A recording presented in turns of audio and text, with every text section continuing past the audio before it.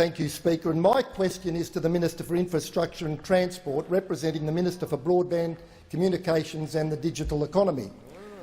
Will the Minister update the House on the importance of the government's national broadband network? And, Minister, why is the government investing in the technology of the future, not the past? The Minister for Infrastructure and Transport has the call. I thank the member for Reid for his question, and I note that by the end of this week, NBN fibre is scheduled to be switched on in suburbs, more premises in Homebush and Lidcombe in the member's electorate.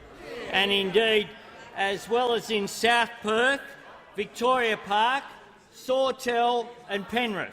The national broadband network being rolled out right around the country, and I'm reminded by the member for Brand that it's being rolled out in Mandurah as well.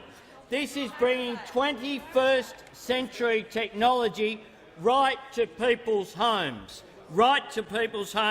where it is needed. The alternative policy by those opposite proposes fridge-like boxes on the corner of every street and then copper to the home.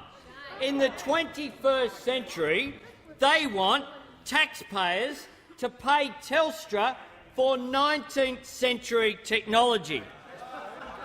Now, not that their plan has actually factored in paying Telstra for the copper network, but of course the Shadow Minister for Broadband and the Copper Economy is not alone in arguing the merits of copper in this chamber.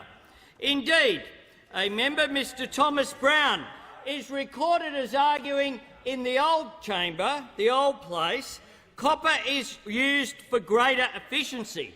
He was out there arguing the case for copper, just like the member for Wentworth today. You can look it up in Hansard. 23rd of November 1910. 103 years ago, this bloke would have been a visionary. But today he's way behind. Way behind. But let me tell you, there were similar naysayers back then. There was a fellow that the member for Wentworth could relate to, Mr Matthews. He said this: "The practical men in the department, not the theorists, think that nothing is gained by using copper wire for short lines. Some of the iron wire lines have been in use for 30 years and give us gooder results now as the copper wire lines." You can just envisage the member for Wentworth back then with the top hat on, rocking up to Parliament saying, "We don't need this copper rubbish, the iron is fine." Just like today he argues we don't need the fibre, the copper is fine.